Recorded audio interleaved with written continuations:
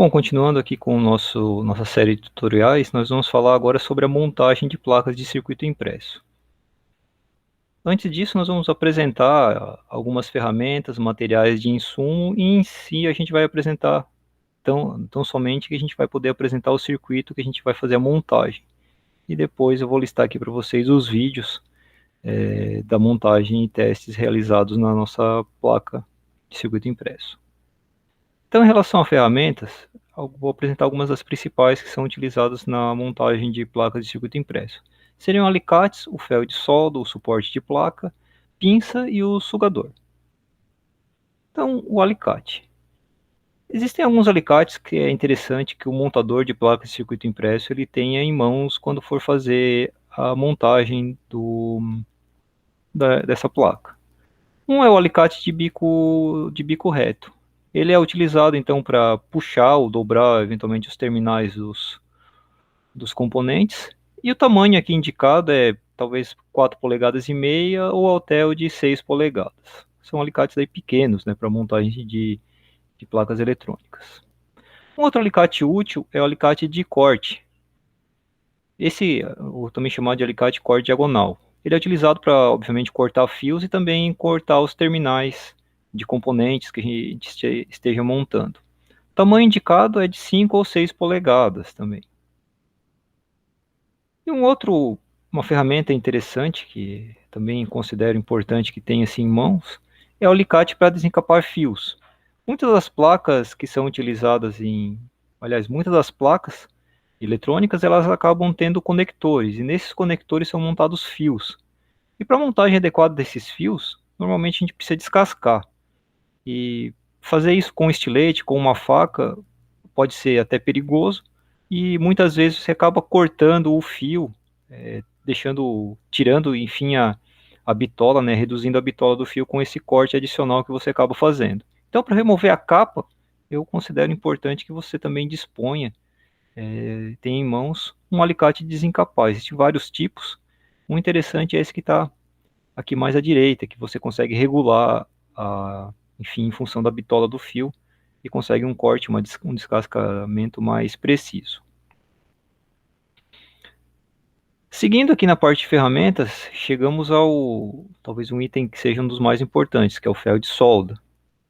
Então ele é utilizado para derreter a liga de solda que é utilizada para soldar os componentes na placa de circuito impresso. É utilizado uma liga à base de estanho, a gente vai ver especificações dela mais na frente, mas a liga mais básica, que é normalmente utilizada no Brasil, ela, para ela se liquefazer, ou seja, se tornar líquida, a gente conseguir fazer a solda, ela tem que ser aquecida a 180, 183 graus Celsius, ou seja, uma temperatura bastante quente. Então, para isso se utiliza o ferro de solda, que normalmente é elétrico, aqui tem um exemplo. Em termos de potência, eu sugiro que você utilize para montagens normais um ferro aí de 40 watts, talvez 30, dependendo aí da condição. Em torno de 40 watts eu costumo utilizar. E para montagens talvez de componentes maiores, conectores, algum terminal de algum capacitor maior, por exemplo, você pode utilizar aí ferros com maior potência, até de 60 watts ou mais. Uma outra opção em relação a ferro de solda é o que se chama de estação de solda. Essa nada mais é do que um equipamento que faz a regulagem da temperatura da ponta aqui de soldagem. Então você consegue ajustar a temperatura dessa ponta, soldar, enfim, componentes de maior volume ou menor volume, soldar componentes SMT. Você consegue ajustar essa temperatura em função do componente que você vai realizar a montagem. Uma outra característica dessas estações de solda é que elas oferecem, normalmente vem com algumas opções, você pode comprar também isso em separado, de ponteiras de solda, ou seja, a gente consegue trocar a ponta que assim do equipamento de solda. Então existem ponteiras mais finas que seriam mais adequadas àquelas componentes de montagem em superfície, pequenos circuitos integrados, resistores de superfície, e existem ponteiras mais grossas adequadas aqui para a montagem de componentes maiores. Então, é uma opção aí um pouco mais caro do que o ferro de solda comum, mas é bastante útil também. Para fazer a montagem, você vai precisar também, ou você vai ter uma montagem mais adequada se você utilizar o que se chama de suporte de placa. Aqui à esquerda tem o suporte mais comum, que é inclusive o que a gente vai mostrar para vocês durante o processo de montagem. Então você ajusta aqui assim o tamanho da placa, ele permite ajustar a largura dele, e você fixa a placa aqui entre esses dois pontos. E depois fixa esse suporte na mesa que você está trabalhando. Uma outra opção, que inclusive tem a vantagem de já vir com uma lupa, é essa aqui, um pouquinho mais simples, na qual você prende, enfim, a sua placa de circuito impresso aqui, nesses dois terminais de jacaré. Claro que daí nesse caso é uma placa limite aqui, é uma placa de circuito impresso pequena, né? Não seja tão pesada em função de derrubar esse tipo de suporte aqui. Ele vai sob a mesa, né? Não é fixado como esse aqui. E uma outra opção, daí mais comum em indústrias, é esse suporte aqui no qual ele é botado sobre a mesa, no qual você prende realmente a placa de circuito impresso e faz as montagens aqui em cima. Então, normalmente a gente encontra esse aqui em estações de retrabalho de placas de circuito em indústrias de eletrônica. Uma outra ferramenta fundamental para a montagem de placas de circuito impresso é a chamada pinça. Então, elas são utilizadas normalmente para segurar componentes e fios durante o processo de montagem. Os tamanhos, esse tamanho aqui, né, apresenta dois modelos, é entre 100 e 125 milímetros. O tamanho aí da sua mão, ela permite adequadamente que você segure ela na mão. Normalmente a gente utiliza esse dispositivo, essas pinças, também para montagem de componentes de superfície. Está aqui a demonstração, né, segurando aqui um componente de montagem de superfície. Então você vai segurar o componente e daí fazer o processo de solda aqui na ilha que ele possui para fazer a soldagem. Então é muito utilizado principalmente para componentes e montagens em SMD. Os dois tipos principais são esses aqui, que é a chamada pinça reta e a pinça curva. Particularmente eu prefiro utilizar essa pinça curva aqui para fazer montagens de componente de superfície. Outro componente utilizado normalmente para fazer algum tipo de retrabalho, remoção de componente, é o que é chamado de sugador de solda. Então ele nada mais vai fazer um vácuo que vai sugar a solda líquida ali daquela região na qual você está soldando. Então esse dispositivo aqui você normalmente aperta ele tem um ímbolo aqui assim, e daí no momento que você aperta esse segundo botão, ele tem uma mola aqui internamente que rapidamente desbloqueia aqui um mecanismo, é como se fosse um gatilho, e ele faz um vácuo aqui na ponta no qual você consegue sugar a solda líquida que você derrete lá na sua placa de circuito impresso utilizando o ferro de solda. Então, utilizado para remover componentes, ou eventualmente você está soldando, teve um excesso de solda em alguma ilha, você consegue remover através desse dispositivo. Uma outra opção, esse aqui é o mais básico, normalmente é o mais comum e mais utilizado, mas uma outra opção é utilizar o que se chama de sugadores elétricos. Qual é a vantagem desse tipo de dispositivo? É que ele já tem a função de aquecer, então ele é muito parecido com um ferro de solda, no entanto a ponta dele é que assim, ela é furada, e você apertando num botão desse dispositivo, ele cria um vácuo aqui e suga a solda que ele mesmo derrete, então é uma opção, obviamente um pouco mais cara, mas se você não quiser trabalhar com ferro de solda e esse equipamento aqui, você consegue trabalhar só com esse dispositivo aqui para remover os componentes. Então é o sugador de solda elétrico. Passando agora para a parte de insumos e materiais que são utilizados durante a montagem, vamos falar de alguns aqui assim. Uma delas é a liga de solda, ou como a gente chama de solda, o estanho, fluxo de solda, a malha dessoldadora e a esponja de limpeza para ferro de solda. Então a liga de solda, comumente chamada de estanho, ela é formada aqui no Brasil, vou destacar, tem alguns países que já não utilizam mais, é comum a utilização de uma liga de estanho e chumbo, normalmente na proporção de 60% de estanho e 40% de chumbo. Existe uma outra possibilidade que é o 63-37. Ele é diâmetro mais comum, que normalmente a gente usa para fazer montagens, é esse fio aqui, né, que ele se apresenta na forma de fio, ele tem ali 1 milímetro de espessura, diâmetro dele. Para montagens de maior precisão existem diâmetros menores, ali como um de 0,5 milímetros ou você encontra até de 0,3 milímetros. Normalmente você compra um rolo ou tem essa opção aqui de embalagem que vem menos, né, um pouquinho menos, mas também é uma outra opção. O que é interessante é que normalmente essas ligas de solda elas já vêm com um pouco de estanho no interior dela, normalmente é oca, e esse interior ele é preenchido com um pouco de fluxo de solda. A gente já vai ver a função desse fluxo de solda nos próximos slides. Como eu falei, essa liga ainda é comum no Brasil, é a mais utilizada, a mais fácil de encontrar.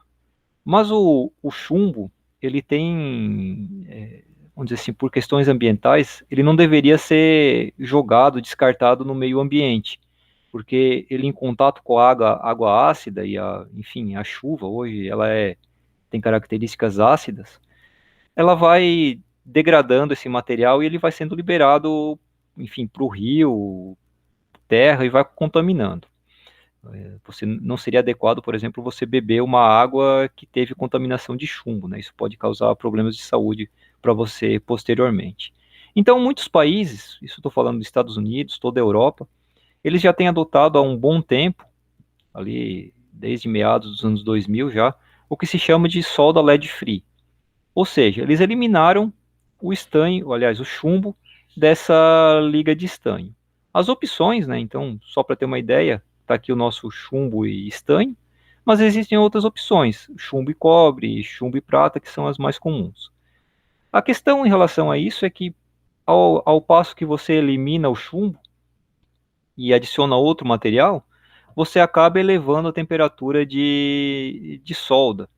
Então, enquanto a liquefação do chumbo estanho acontece lá em torno de 180 graus, uma liga de estanho em cobre, que é a mais comum, mais fácil de encontrar aqui no Brasil, né, a mistura de estanho com cobre, ela se derrete, ela se liquefaz em 227 graus. Então, eventualmente, aquele seu ferro de solda mais simples, quando você vai fazer algum tipo de solda e vai querer utilizar esse tipo de liga, a base que é chamada de liga lead free, ele pode não ser capaz de chegar àquela temperatura, que normalmente ele foi projetado para trabalhar com essa liga de estanho e chumbo.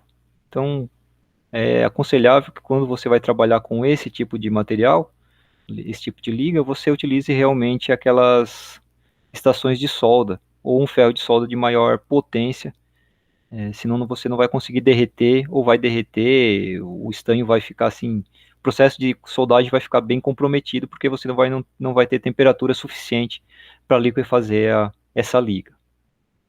Mas isso hoje já está, você consegue comprar, eu comentei que o mais comum é aquela outra liga, né, de estanho e chumbo, mas você consegue no mercado nacional já comprar essas ligas à base de chamadas ligas lead free. Tem um link aqui que explica um pouquinho mais, deixo uma referência para vocês quiserem ler um pouquinho mais, esse link aqui que mostra um pouco do processo e das ligas utilizadas para a fabricação de solda lead free. Um outro componente que ele é normalmente negligenciado assim nas montagens artesanais é o que se chama de fluxo de solda. Mas qual é a função desse fluxo? Ele tem a função de limpar a placa e também os terminais dos componentes durante o processo de soldagem. Ele elimina as impurezas e a oxidação que normalmente se encontram sobre essas superfícies. É importante destacar que a liga de solda, ela, em geral, ela já vem com um pouco de fluxo de solda no seu interior. Ela é oca e o interior é preenchido com um pouquinho de fluxo de solda. No entanto, muitas vezes a placa que você vai montar e os componentes, eu até vou mostrar ali a questão de limpeza, que a gente dá, componentes que ficam muito tempo no estoque, eles acabam criando uma forte oxidação, até é necessário fazer uma limpeza com bombril, muitas vezes. Mas uma das opções também de fazer essa limpeza é utilizar esse fluxo. Como é que funciona isso? Antes de você fazer a solda, você vai lá e aplica um pouco de fluxo. Esse fluxo, na maioria das vezes, é líquido, o mais comum é esse líquido. Também tem um material que é pastoso. Mas você aplica ali na superfície a qual você vai fazer a solda, e depois você vai aquecer aquela ilha, aquele componente, aquele terminal, e aplicar um pouco de solda. Como ele faz uma limpeza da superfície, tanto do componente quanto da placa de circuito impresso, você vai ter uma resistência mecânica, uma solda mais adequada, mais perfeita, né? Uma resistência mecânica maior naquele ponto. Esse fluxo normalmente ele é negligenciado em montagens artesanais. Eu trago aqui e destaco que é interessante realmente, principalmente em montagens artesanais que você utiliza normalmente uma placa que ela não é pré-estanhada, não tem uma proteção, é uma placa artesanal, ela é direto no cobre, ela normalmente oxida bastante fácil, e é interessante utilizar esse fluxo aqui para fazer a montagem. é barato, não é algo tão caro e normalmente é negligenciado. Seguindo aqui, um outro elemento um insumo que eu trago aqui para vocês é o que se chama de malha dessoldadora. Qual é a função dessa malha? E o que ela é? Ela nada mais é do que uma fita de cobre, um cobre, vamos dizer assim, uma malha bastante fina, trançada aqui, que ela tem a função de sugar ou atrair a solda que você eventualmente quer remover. Então, como é que funciona? Você faz a liquefação, você derrete a solda daquela ilha, daquele componente que você está querendo fazer algum tipo de retrabalho ou remoção, e como ela é bastante fina, ela tem a capacidade de atrair, você coloca ela sobre essa ilha, ela tem a capacidade de atrair uma quantidade boa de solda aqui para a malha dela. E ao atrair essa malha, a solda líquida para essa região, ela acaba removendo a malha daquela ilha que você está querendo, enfim, remover o terminal, remover o componente. Então ela é muito utilizada para fazer retrabalho em placas de circuito impresso. Então você precisa tirar um componente, montou errado, você pode recorrer a esse tipo de ferramenta para remover aquele componente. E um outro material que também é fundamental para fazer a montagem é o que eu estou chamando aqui de esponja de limpeza de ferro de solda. Existem dois tipos, né? A esponja que assim, é uma esponja natural, não funciona aquela esponja que a gente utiliza para lavar louça, tá? Já adianto. Então isso aqui é uma esponja que aguenta a temperatura do ferro de solda, mas que normalmente você utiliza muitos dos suportes, inclusive do ferro de solda, já vem com uma posição para você colocar essa esponja. Normalmente você molha essa esponja com um pouco de água e você vai fazendo a limpeza da ponta do ferro de solda durante o processo de soldagem. Então você vai ali solda, normalmente como tem um pouco de fluxo e tem uma oxidação do próprio material, acumula sujeira na ponta do ferro de solda. Então você vai ali, passa a ponta do ferro de solda aqui para fazer uma nova soldagem. Então é natural você ir utilizando e limpando a ponta do ferro de solda. Senão você não consegue fazer a transferência do calor do ferro de solda para a ilha, para a solda que você está querendo fazer. Como é que eu percebo que a ponta do ferro de solda está oxidada? Ela, uma ponta de ferro de solda não oxidada, ela tem o formato e a cor do estanho ali. Aliás, ela tem a cor do estanho, aquele prateado da solda. Conforme vai oxidando, ela vai ficando preta, escura, né? Então você naturalmente percebe essa oxidação e a forma de limpar é passar a ponta do ferro aqui na própria esponja. Existe uma outra opção, que é uma espécie de lã de cobre, no qual você, enfim, vem normalmente nesse tipo de invólucro aqui, você passa também a ponta do ferro de solda aqui, e por ela ser bastante fina, ela acaba também limpando e removendo essa oxidação. Então tem essas duas opções aqui, a mais barata, claro, é essa aqui, que é uma esponja natural específica para limpeza de ferro de solda.